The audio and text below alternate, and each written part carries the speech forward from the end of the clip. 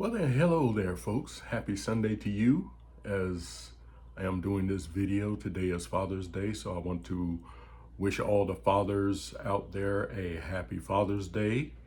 I am not a father myself, but there are those who are fathers out there, and I just want to acknowledge them, give them a quick shout out. Okay, so now sharks in the water. Folks, what I wanted to talk about today is a subject that I've heard for the last several weeks. It's a term that I've heard the last several weeks. And to be honest with you, I've been, let's say, I've been wondering, I've been languishing in this term, even before the term became a term. I know I'm being a little redundant by saying all that, but the term I want to talk about today is black fatigue. And this is a term that has gained popularity over the last several weeks, probably last several months. But let's just say it has two definitions. It has one side saying this and another side saying this, but let me give you the original definition of black fatigue. Black fatigue, a term coined by Mary Frances Winters, refers to the profound exhaustion and depletion experienced by black individuals due to the cumulative impact of systemic racism and its daily manifestations.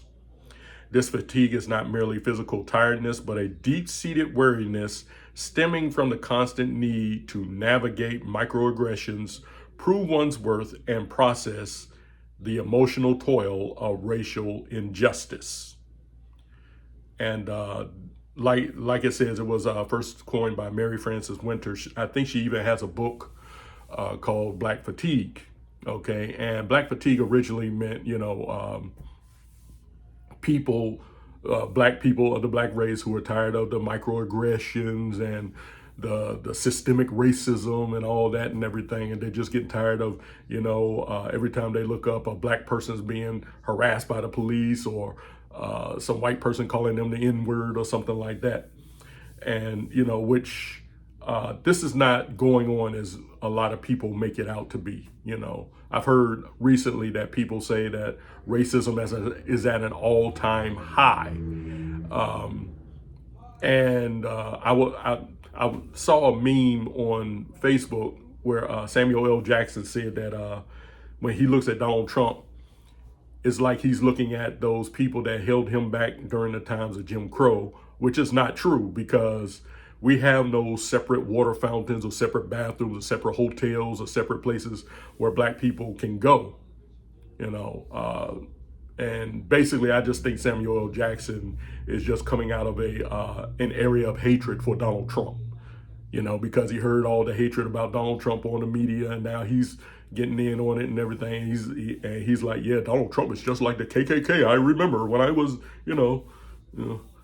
yeah, I remember when I was growing up in Tennessee, and the KKK, they remind me of Donald Trump today. Say what again? Never mind. I had a moment there.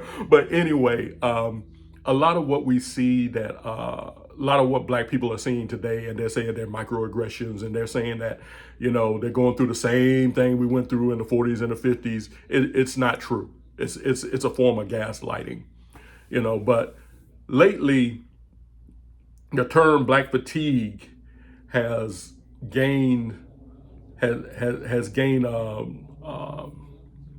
don't know what the word is. It's gained popularity for another reason, and this is the reason, this is the part where I come in at, because this is the part of black fatigue that I'm tired of.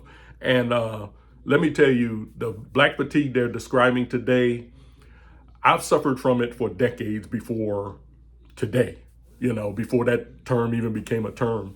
But what the black fatigue they're talking about today is people are getting tired of black people always crying and whining about racism where it's not even warranted.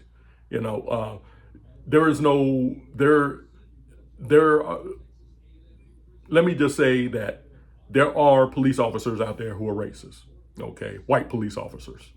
There are probably black police officers who are racist. Anybody can be a racist. Let me just say that. And a lot of people, they just think the police are after black people. And the thing that bothers me is when you get these black leaders and they come out here and they talk like they talk for us, for all of us. And most of the time, I don't even know what they're talking about, because a lot of what they say we're going through, I haven't gone through it myself. Now experience is not a good teacher of the truth a lot of times. If I'm correct, someone correct me on that. But a lot of times we depend on a person's experience as proof of something going on. Well, this black person, he was ripped out of his car, and everything, and the police harassed him, so that shows you there's still racism going on. No, not exactly, because you don't know if that police officer would have done the same thing to a white person. I've had people tell me that they've been pulled over by the police, and the police officers acted real mean and everything, and they figure it was because they're black. They just assume that. And I'm like, well, what makes you think he wouldn't have done that to a white person? And we have this idea that they only act like this when it comes to black people. I've seen tons over the decades. I have seen tons of police videos. And a lot of what people are saying that is going on is not going on. Black person gets pulled over by the police, because they're doing 55 and a 35. They pull them over. They come up to their window. The person wants to act all smart and everything. Why you pull me over? What's the problem? What's the problem? Well, you were doing 55 and a 35. No, I wasn't. No, I wasn't. I know I wasn't doing no 55. Yes, I clocked you doing 55 and a 35. Oh, you're just doing that because I'm black. I'm black. No, we pulled you over doing 55. Can you show me your ID? No, I don't have to show you my ID. I know my rights. Oh, they always go on that thing about knowing their rights. They don't know jack squat diddly. And then 9 times out of 10, the people don't even have their driver's license on. They're out there driving or their license is suspended and they're still out there driving. Police officer pulls them over, says, I checked your license. The person who owns this car is not supposed to be driving. Their license is suspended. What do you mean my license is suspended? I already talked that over with it. No, your license is suspended. And given when a police officer pulls someone over for a traffic violation or whatever, they don't know the color of that person in that car. It's hard to tell. So basically what they're saying is when a police officer comes up and says, oh, this is a black person. Let me go into my black handbook. Oh yeah, this is how I'm supposed to act with a black person. And what gets me is when these leaders come up and they say, well, if a white person gets pulled over, they're treated different than a black person. And a black person has a greater chance of being killed because of a simple traffic stop more than a white person. But see, you got to understand this thing in context. Is it because the black person, the white police officer sees a person and comes up to their car and just boom, okay, you were speeding, so I'm just going to kill you right now? Or is it because of the actions of the driver? That's something a lot of us need to understand.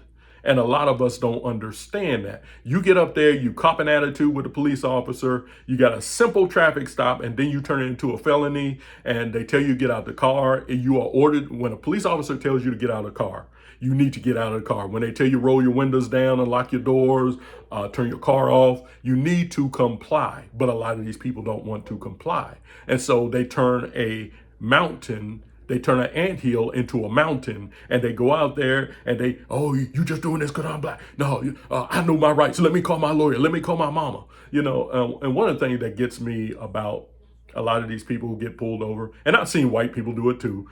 They always want to get on their phone and say, hey, can you call my mama? Can you call? If I was in a district or, maybe even federally, I would say, when a police officer pulls you over, put your phone down. If you don't put your phone down, that you're going to get an obstruction charge. obstructing justice or whatever. I will make that into a law. But anyway, I digress. That's just me. But anyway, uh, you see these people, they act up, they get all huffy, they get belligerent and whatever, and they want to sit there and say, oh, this is because I'm black. No, it's because you're stupid. That's what it is. You're stupid. I was watching a video about this guy named King Randall. He's in the Atlanta area, and this is a black guy. I think he's still in his 20s, and he's trying to start a school to help out the black people in his area. And they showed a video of him uh, demonstrating what a person is supposed to do when they get pulled over by the police. He said when you get pulled over by the police, cut your car off, roll down all your windows, cut your lights on in the car, in the vehicle. And this is good advice. And this is a black kid doing this. He's telling other kids, this is what you need to do when you get stopped by the police. And people calling him stupid and everything. He's a coon and all. And I'm like, now see, this is why black people get killed. This is why black people get killed, because they get belligerent. They don't want to obey authority. And then when they end up getting killed, then here come their parents and whatever. Oh, my baby, my baby, my baby. Well, where was my baby when you were raising that kid? You should have taught them to respect authority. And they're in their seat like, oh, I'm scared. I'm scared. No, you're not scared. You're just using that as an excuse because you got some dirt on you. You don't want anyone to find out. You might have some warrants. You might have a suspended license. You might have drugs in the car, or you might have been drinking and driving. But you want to get all huffy with the police and everything. And then you turn a simple traffic stop into a felony. And I see this so many times. And I tell people, if black people would just comply, with the police, well, we can't comply because we're scared. I'm not scared of the police. Let me tell you that. I'm not scared. The only thing I'm scared of when the police pull me over or whatever, and I haven't been pulled over in 12 years, going on 12 years now. But the only thing that I'm scared of when I get pulled over by the police officer is getting a ticket and how much that ticket costs. That's it. I'm not scared that he's I've never been told to get out of my car. I've never been dragged out. Police officer didn't have any reason to suspect that I was harboring contraband or alcohol or anything like that, because I don't do that stuff. And because I'm a law-abiding citizen, I'm not going to, I'm not scared, because I know I don't drink alcohol. I know I don't do drugs. And if I'm out on the road, I can guarantee you everything's going to be up to speed. I got my insurance up to speed. I have my registration up to speed, and I have my driver's license up to speed. So I'm not afraid of the police officer telling me to get out the car or whatever. And if he does tell me to get out the car, I'm going to get out of the car. Simple as that, But, you get these people, they want to make an excuse. Oh, I'm scared. I think you're going to hurt me and all that and everything. Y'all stop it. Stop it. But a lot of other things that has me in this black fatigue, because I suffer from it severely. I suffer from severe black fatigue. They get up and they say things like, okay, the reason why black people can't get ahead in society is because white society is holding them back. They don't want us to get the good jobs. They don't want us to get the good education and everything like that. And that's why we're being held back. But I look at it like it's a parenting problem.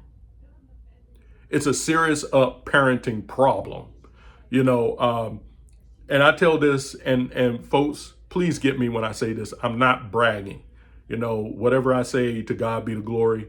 I tell people, when I entered the first grade in 1974 in Prince George's County, Maryland, right outside of Washington, D.C., I used to go to a school called Randolph Village Elementary School.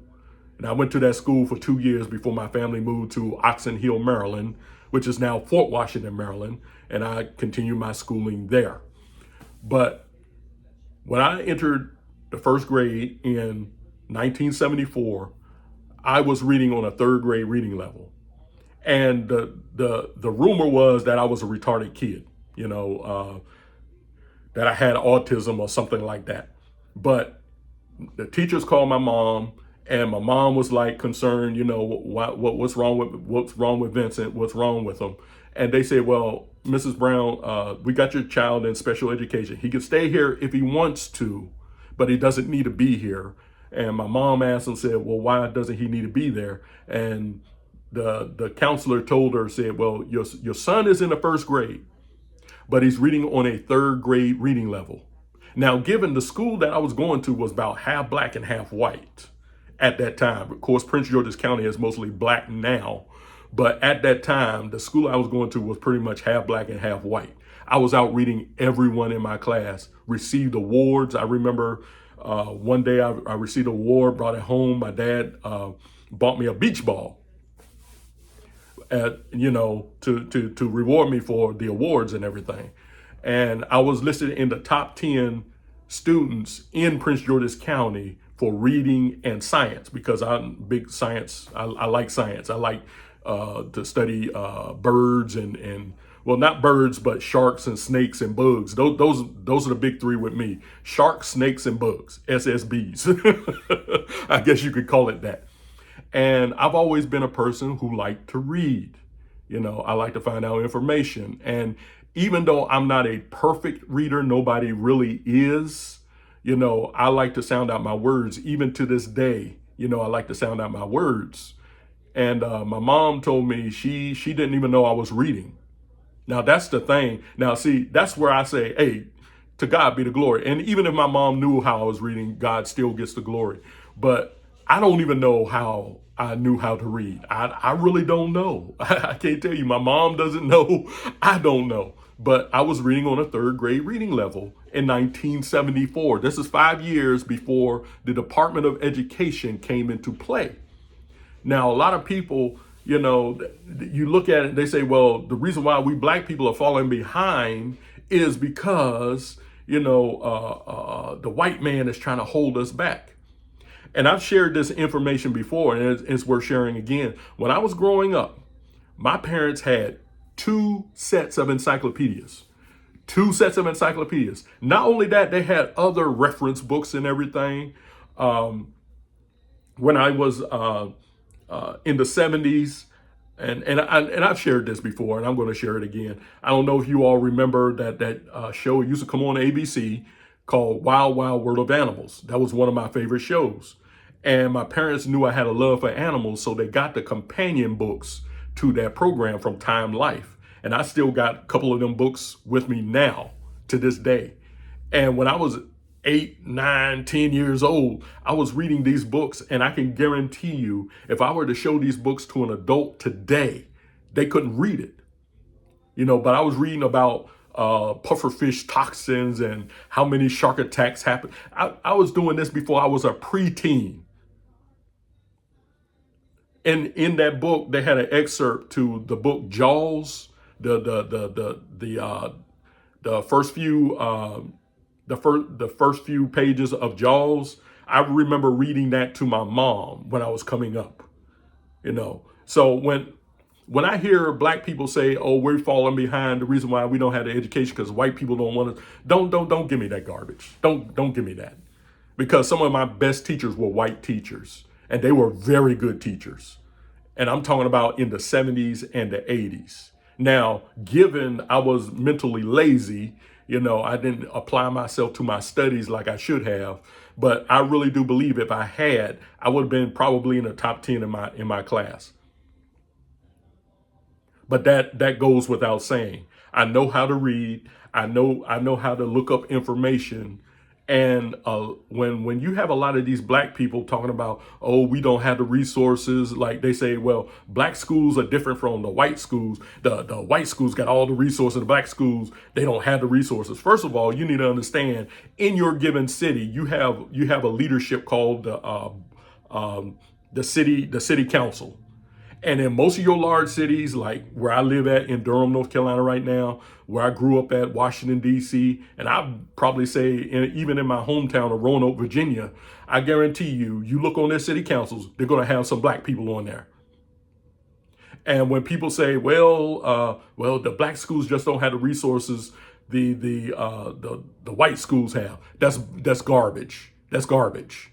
And even if they didn't, you have this thing called, what is that place? Has a lot of books in it, and you go in and you have a card and you can check out books. What is that place called? Oh yes, the library. Libraries in almost everywhere you look. You can go to the library, get out, get books, on certain subjects and whatever. I remember when I was in the sixth grade. In the sixth grade, I had to do a report on Nicaragua. What did my mom do? She took me to the library. We got all these books about Nicaragua. And, I read those books. It was hard on me because I was like, But I did a report on Nicaragua, turned the report in. And when I got my report back, I saw my grade. I didn't think I was going to get a good grade. I got a B minus. And my teacher said, this was a neat report. And I was like, whoa, I was surprised. But, and let me tell you all this. Let me tell you all this. I don't want you all to think that I think I was the smartest black person everywhere I was. I was not. I had black people. I had black classmates. I had black classmates who were a lot smarter than I was. So I'm not going to, even go there and say I was the smartest person and everything. No, I wasn't. I may have been among the smartest, but I was not the smartest. But living here it is about 40, 50 years later. Well, it's 50 years later. And y'all got to excuse me, I'm overcoming some kind of illness or something. But here it is 50 years later, and our black kids are stupider. I'm just going to be straight up and tell you, we're dumber. And the reason why our black kids are dumber, excuse me. The reason why our black kids are dumber is not because the teachers are not doing their jobs, which, that can be a factor in it, because, a lot of what they're being taught, a lot of what our kids are being taught is activism and not education. But it's not because of the teachers why our kids are so stupid. It's because of the parents. And the reason why the parents are not involved in their kids' studies and everything, because the parents haven't grown up. They care more about their careers than they do about their children's education. When the children come home, the children got video games, that got DVD players, and they come home and do all that stuff, and the parents just let them float on. And the reason for that is because the parents have not matured themselves. Their parents didn't teach them the ins and outs of life. They want to talk about, how black people are going to be held back by the white man. And they teach that to their kids. And they say, we really got to teach our kids how to deal with the police because, we want our children to come home alive. Well, that police officer wants to come home alive, too. And the same discussion that black people have with their kids is the same discussion that white people have with their kids. Respect authority. Don't cop an attitude. Just do what the police officer says. And if you get caught with something, parents, stop defending your kids. Stop defending your kids. Oh, y'all got my baby in jail. Yeah, your baby in jail because your baby threatened someone with a gun. I remember just here recently, I remember hearing about this elderly guy. He was in his home, and these thugs, they come in with masks and guns and everything, and they figured this guy was going to be an easy target. And they fired into his dwelling. They fired first. They tried to rob the dude, but the dude started sprinkling them with pepper. And all three of those thugs got killed. And now the parents want to sue the homeowner because they were like, well, he didn't have to shoot our kids. What were they supposed to do? They first of all, they should have been at home because this happened like about 1 or 4 o'clock in the morning. And they should have been at home. And now these parents are copping that attitude, my baby. Well, where was my baby when you were raising them kids? Now, all of a sudden, you're feeling the loss because your kids did something stupid because you were stupid enough not to be a parent in their lives. And this is the result. And now you want to sue somebody. You want to get your little payday. And this is where the black fatigue comes in with me because people are always talking about, they're always out to get us black people. I watch TV shows where they say, you know what, this country is trying to kill me every day. Really? Folks, let me tell you all something. Today is June the 15th. It's Father's Day of 2025. And God willing, if I live another 4 months, I'll be 57 years old. If this country was trying to kill black people, I would have been dead a long time ago, And I am graced to have lived this long. I thank God for it. There were times where my parents didn't think I would live to be older than 4 years old, you know. And I just thank God for it. Every time a year comes by, I thank God I got another year added to my life. But if the police, if this country was trying to kill me, they would have killed me a long time ago. We wouldn't be 13% of the national population. We would be 0%, And see, the reason why I don't have problems with the police because I keep I keep my nose clean. I don't go around breaking laws. I don't go around trying to see how far I can get away with things. I don't go into a store, shoplift and everything like that. I don't go carrying around my gun and shooting the next person who ticks me off or anything like that. I try to be up to speed on my insurance, on my registration. That's why I don't get in trouble with the law. And anybody who knows me knows I'm the type of person, I go out, do my business, and I come home, But anyway, the black fatigue, I keep hearing people talking about, oh, we black people, the police treat us different than white people. As if, like I said before, they got a quote, wait a minute, how to respond to a black person. Oh, here it is, chapter 12. Let me read this. Oh, yeah, okay, yeah. All right. Yeah, get out of the car. I got my gun on me. You do anything, mister, and I'm going to blast your head right off. That's not what's going on. But because of our news media pushes that narrative a lot. Because a lot of times, what do we see on the news media? We always see those stories sensationalized that involve a white person killing a black kid. But we never see the sensationalized incidents involving a black on black type of situation. And the black on black situation goes on a whole lot more than the white on black. We always, and when you come and question a lot of people, how many black people do the police officers kill every year? Sometimes people say, oh, 10,000, they killing us off, and it's usually less than 20 a year, so don't miss me with all that, but the news media, they know what they're doing. They want to put the spin to the story because they're trying to up their ratings so they can get more so they can get more ratings. They're trying to up their ratings so they can get more money, excuse me. And people, whenever you look at a news program, 9 times out of 10, especially the national news programs, that person that is sitting there spouting off the news, the so-called news, those are millionaires. And they are paid to get a certain reaction from you to up their ratings so they can get paid more. And a lot of us are too stupid to realize that.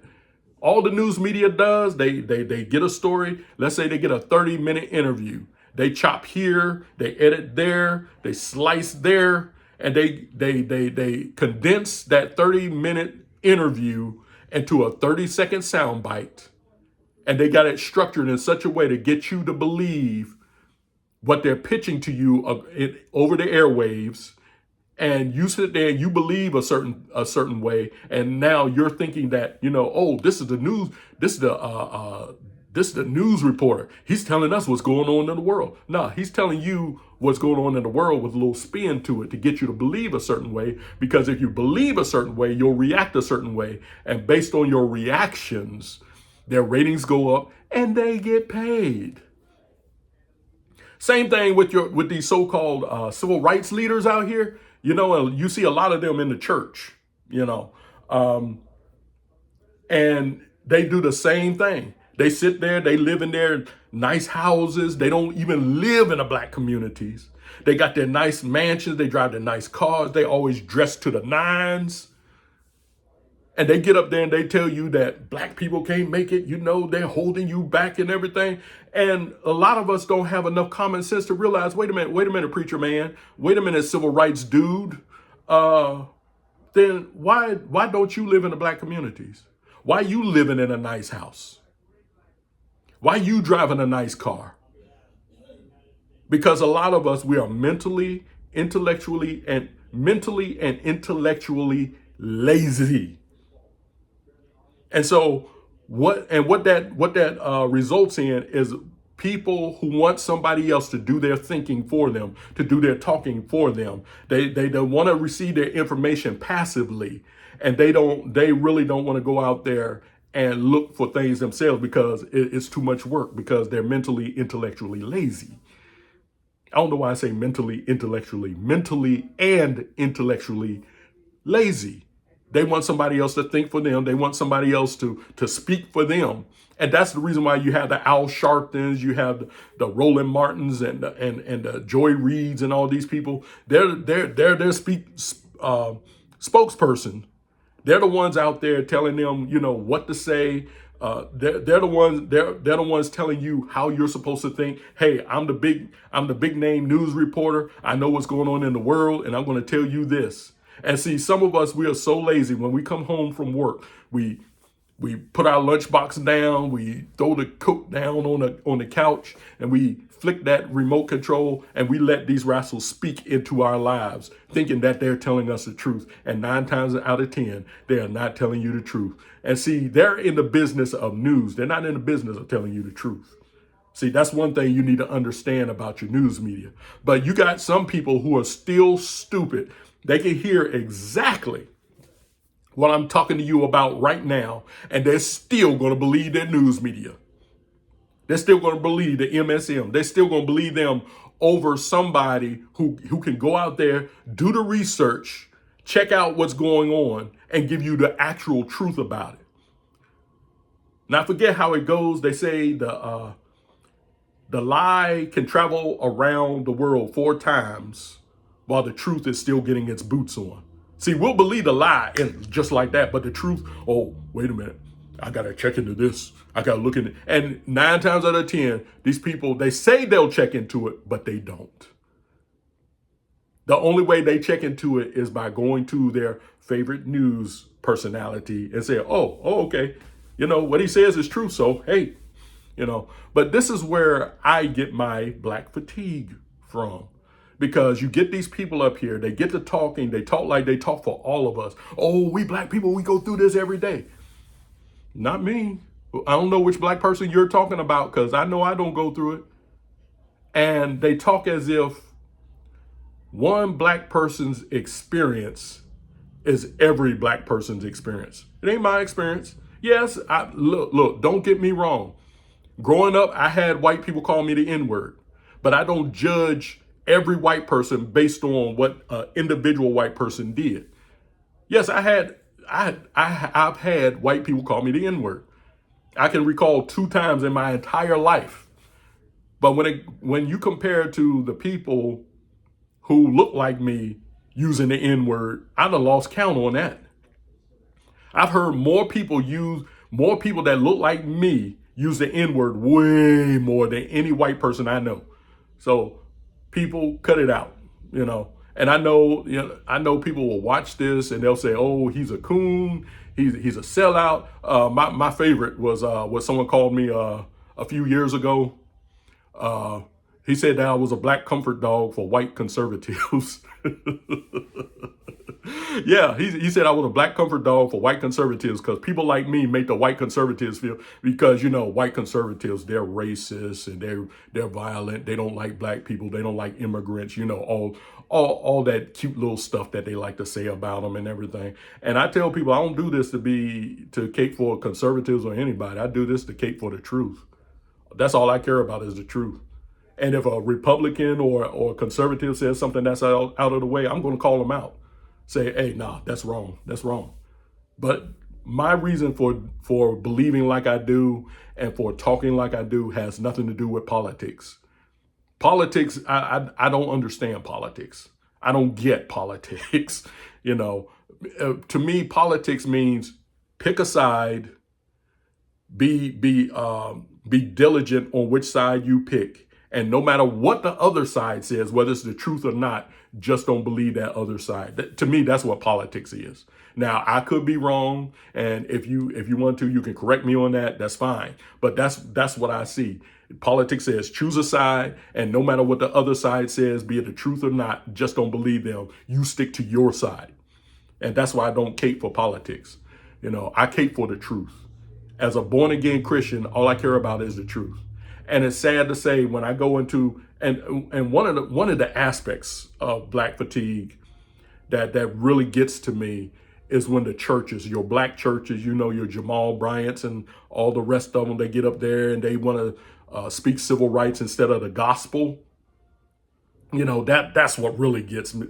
That's what really gets to me, because you're supposed to be preaching the gospel. Preaching civil rights is not preaching the gospel.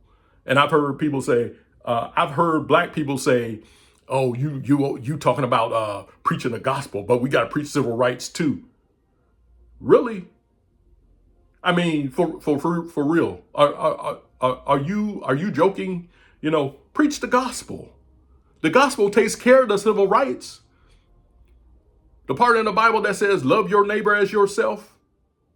I mean, that takes care of civil rights right there. But we always want to be caught up in our skin color. And you know, it's sad to say, a lot of black people are going to end up in an eternally tropical environment simply because they believe more in their skin color than they do in the Word of God. They care more about civil rights and politics than they do about the Word of God. They'll sit up there, they'll shout hallelujah, they'll shout you down, they'll wear the carpet out, put holes in the floor and cracks in the concrete and everything, and do cartwheels and backflips and everything in church and everything. But once that keyboard is turned off and the lights dim in the sanctuary and they go out into the real world, you'll see what type of Christian they really are. And they care more about this than they do about God's word. And that's the only thing that I'm about, is God's word. What does God's word say? What does the Bible say?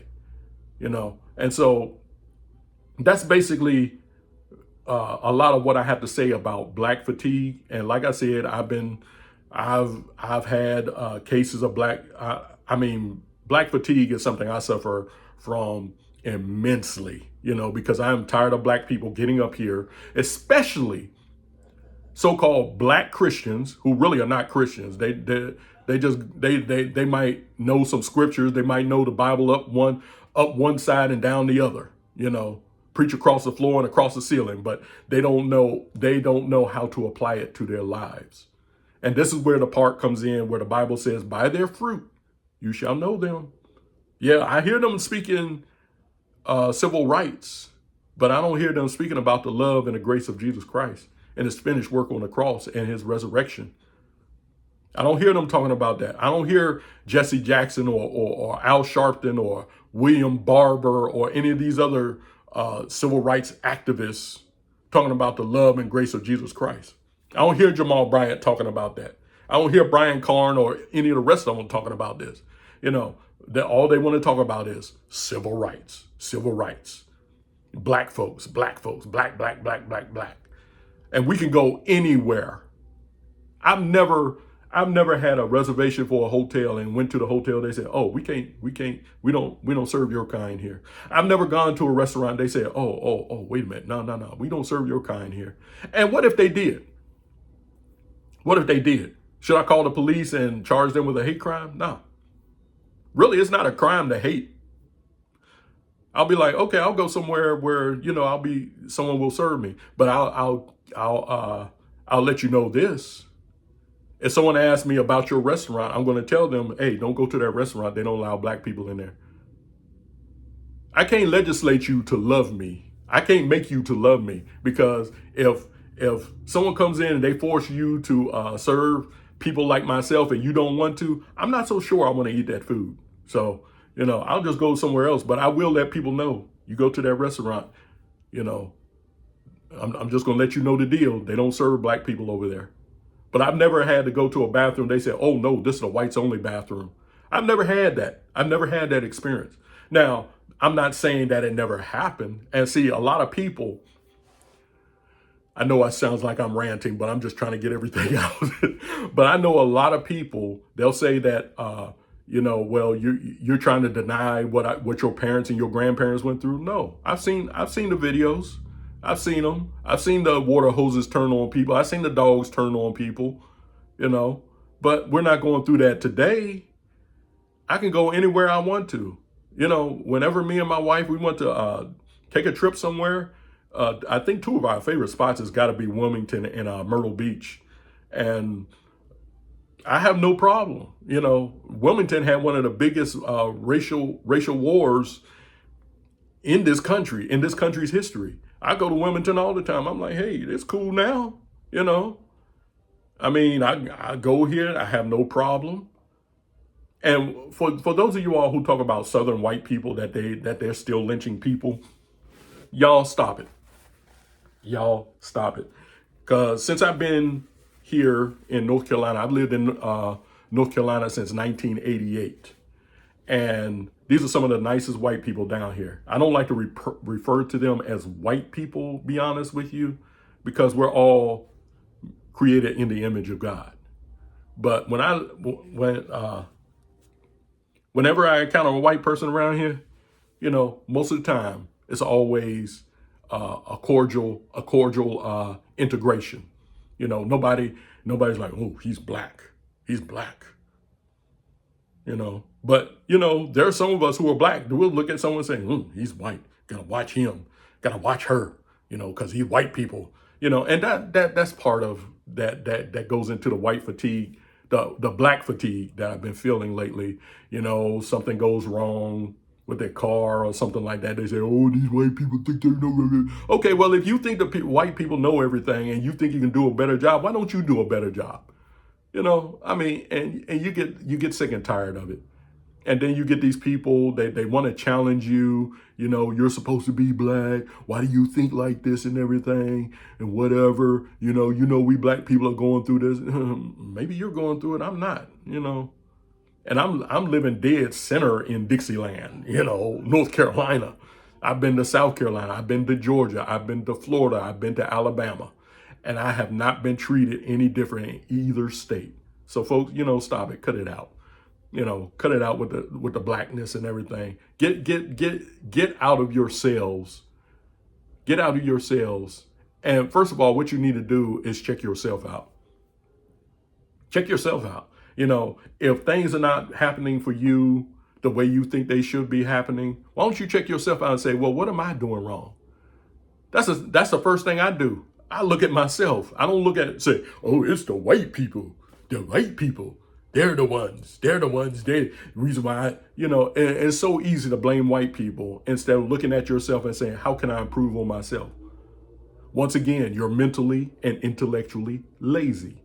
And you just want to blame somebody else for your shortcomings. And you want to go out and think the government is going to be your end all be all. You want to go out there and say, oh, government, look, government, the white man, he's doing this to me. And the government's all too happy to do it because all you're doing is making the government stronger. You're making the government bigger. All these civil rights laws they want to pass and everything, all you're doing is making the government stronger. That's all you're doing. So folks, cut it out, and I'm talking to the black folks out there. You black folks, especially you black church folks, you so-called black Christians, you all need to cut it out. Really, cut it out. Get into your word, read your word, and let's stop it with this white on black nonsense that you all keep pushing. Yes, there are going to be white people that don't like you. You're not going to get rid of racism. But having said that, I will also have to say there are black people who don't like white people, and they're racist as well. And don't give me this garbage that black people can't be racist. They can be just as racist as any white person. And I will go so far to say this. The most racist people that I've ever come across were black people. And coming up, black people gave me the worst. They gave me the worst misery than anyone. Talked about how my voice sounded. Some of them talked about how dark my lips are.